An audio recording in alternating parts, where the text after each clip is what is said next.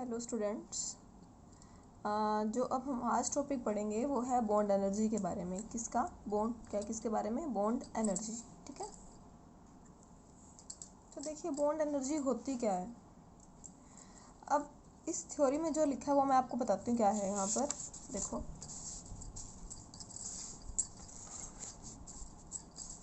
Bond energy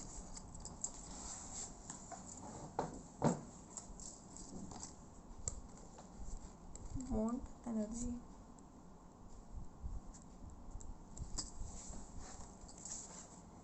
देखिए, अगर मैं बात करूँ बॉन्ड एनर्जी के बारे में, मान लो मेरे पास एक हाइड्रोजन का मॉलिक्यूल है। ठीक है, H2 का एक मेरे पास मॉलिक्यूल है। मैं इसको ऐसे लिख सकती हूँ HH। ठीक है, अगर मान लो मुझे इसको डिसोसिएट करना है इन रेडिकल्स में, ठीक है, इसको मुझे तोड़ना है, तो मुझे जो एनर्जी चाहिए होगी, मुझे कुछ एनर्जी चाहिए होगी इसे ब्रेक करने के लिए, इस मॉलिक्यूल को। यहाँ पर जो एनर्जी चाहिए उसकी वैल्यू है 433 किलो जूल। तो जो एनर्जी चाहिए इसे ब्रेक करने के लिए, उस एनर्जी को क्या बोलेंगे हम? Bond dissociation energy. क्या बोलेंगे? Bond dissociation energy. या हम सिंपली, और हम इसे सीधा बॉन्ड एनर्जी भी कह सकते हैं। क्या कह सकते हैं? Bond energy. और एक और बात आप ध्यान से देखो, अब ये H है, फ्री रेडिकल प्लस हाइड्रोजन। अगर मुझे इसे जोड़ना है और बनाना है H2 का मॉलिक्यूल, ठीक है, अब जब ये दोनों मिलकर H2 बनाते हैं ना, तब यहाँ पर एनर्जी रिलीज होती है। एनर्जी रिलीज, ये साइन होता है एनर्जी रिलीज का। ठीक है, अब देखो ध्यान से, अगर H2 का मॉलिक्यूल मुझे तोड़ना था तो एनर्जी चाहिए थी उसे ब्रेक करने के लिए इनटू द कॉन्स्टिट्यूएंट पार्टिकल्स, तो वो एनर्जी क्या होगी? Bond energy. और अगर मैं बात करूं कि इसे मुझे जोड़ना है, मतलब ये दोनों आपस में जब कंबाइन करेंगे, जब इन दोनों के बीच में बॉन्ड बनेगा, तो तब एनर्जी रिलीज होगी। उस एनर्जी की वैल्यू क्या होगी यहाँ पर? सेम। भाई देखो, जितनी इसे ब्रेक करने के लिए एनर्जी लगेगी, ठीक है ना, जितनी इसे ब्रेक करने के लिए एनर्जी लगेगी, उतनी सेम वैल्यू की एनर्जी ही तो रिलीज होगी ना, जब वो दोनों आपस में फिर से कंबाइन करेंगे। एनर्जी की वैल्यू तो सेम रहती है ना भाई। अब energy can either be created not be destroyed, है ना भाई। It can be converted into one form into another, ये सब आपने पढ़ा होगा। तो बस आप ये देख लीजिए कि अब इसे तोड़ने के लिए जितनी एनर्जी चाहिए, वो जब ये आपस में कंबाइन होंगे, सेम उतनी वैल्यू की एनर्जी ही रिलीज होगी, 433 किलो जूल। और इसकी वैल्यू, इसको भी हम बॉन्ड एनर्जी के नाम देंगे। इसको भी हम क्या बोलेंगे? Bond energy. ठीक है, अब ध्यान से देखिए, बॉन्ड एनर्जी जो होती है, bond energy is a measure of strength of the bond. Strength of the bond. मान लो मेरे पास कोई AB का मॉलिक्यूल है, इसकी स्ट्रेंथ बहुत ज़्यादा है, ताकत, इसकी स्ट्रेंथ बहुत ज़्यादा है, तो इसमें बॉन्ड डिसोसिएशन एनर्जी जो लगेगी, इसे तोड़ने की जो एनर्जी लगेगी, बॉन्ड डिसोसिएशन एनर्जी इस केस में जो लगेगी वो भी बहुत ज़्यादा होगी। तो अगर स्ट्रेंथ ऑफ द बॉन्ड ज़्यादा है, तो जो बॉन्ड डिसोसिएशन एनर्जी की वैल्यू होगी वो भी बहुत ज़्यादा होगी, मतलब डायरेक्टली प्रोपोर्शनल का इसमें रिलेशन है।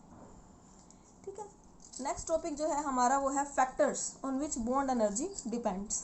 कि जो ये बॉन्ड एनर्जी है ये किन किन फैक्टर्स पे डिपेंड करती है। फर्स्ट जो हमारा है वो है size of bonded atoms. Size of bonded atoms. मान लो जो बॉन्डेड एटम्स हैं उनका साइज बहुत ही ज़्यादा बड़ा है, ठीक है, ऐसे साथ में। अगर बॉन्डेड एटम्स का भाई साइज बहुत ज़्यादा बड़ा होगा ना, तो उसके केस में जो बॉन्ड डिसोसिएशन एनर्जी की वैल्यू होगी वो क्या होगी? कम होगी। अगर size of the bonded atoms बहुत ज़्यादा हैं, क्या बोला मैंने? अगर size of the bonded atoms बहुत ज़्यादा है तो जो बॉन्ड डिसोसिएशन एनर्जी की वैल्यू होगी वो कम होगी। क्यों? ऐसे ही मैं उल्टा कह सकती हूँ, अगर size of bonded atoms come है, अगर साइज ऑफ बॉन्डेड एटम्स जो है वो कम है, तो उसके केस में बॉन्ड डिसोसिएशन एनर्जी की वैल्यू ज़्यादा होगी। तो हमें कैसे ये इसको हम एक्सप्लेन कैसे कर सकते हैं कि ऐसा क्यों है। देखिए, जब साइज ऑफ एटम बड़ा होगा तो उसके केस में क्या होगा, उसके केस में जो ओवरलैपिंग होगी वो लेस इफेक्टिव होगी।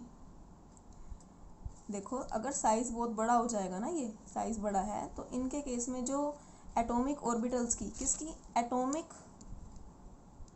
ऑर्बिटल्स जो होती हैं उनकी ओवरलैपिंग अच्छी नहीं होगी, उनकी ओवरलैपिंग बेस्ट नहीं होगी। और जब एटॉमिक ऑर्बिटल्स आपस में अच्छे से ओवरलैप ही नहीं करेंगे तो उसके केस में तो वो बॉन्ड अच्छा बना ही नहीं होगा, और जब बॉन्ड अच्छा नहीं बना होगा तो बॉन्ड की स्ट्रेंथ भी अच्छी नहीं होगी, और जब बॉन्ड की स्ट्रेंथ अच्छी नहीं होगी तो बॉन्ड एनर्जी भी कम होगी।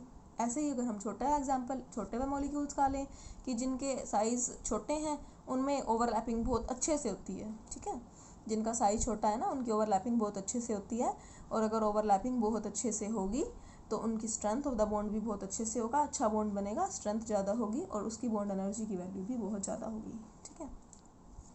थर्ड फैक्टर जिस पे वो डिपेंड करता है वो है nature of rest of the molecule. क्या है वो फैक्टर? थर्ड फैक्टर है nature of rest of the molecule. देखो, मान लो मेरे पास वाटर है, वाटर, और मेरे पास है मिथाइल अल्कोहल। क्या है? Methyl alcohol. वाटर को मैं इस तरह से लिख सकती हूँ HOH, ठीक है, और मिथाइल अल्कोहल को तो हम ऐसे ही लिख सकते हैं HCH3OH। अब देखिए कि अगर मैं इस OH को कंसिडर करूँ, यहाँ पर भी इस OH को कंसिडर करूँ और इस OH के इस बॉन्ड की एनर्जी की बात करूँ, OH बॉन्ड एनर्जी,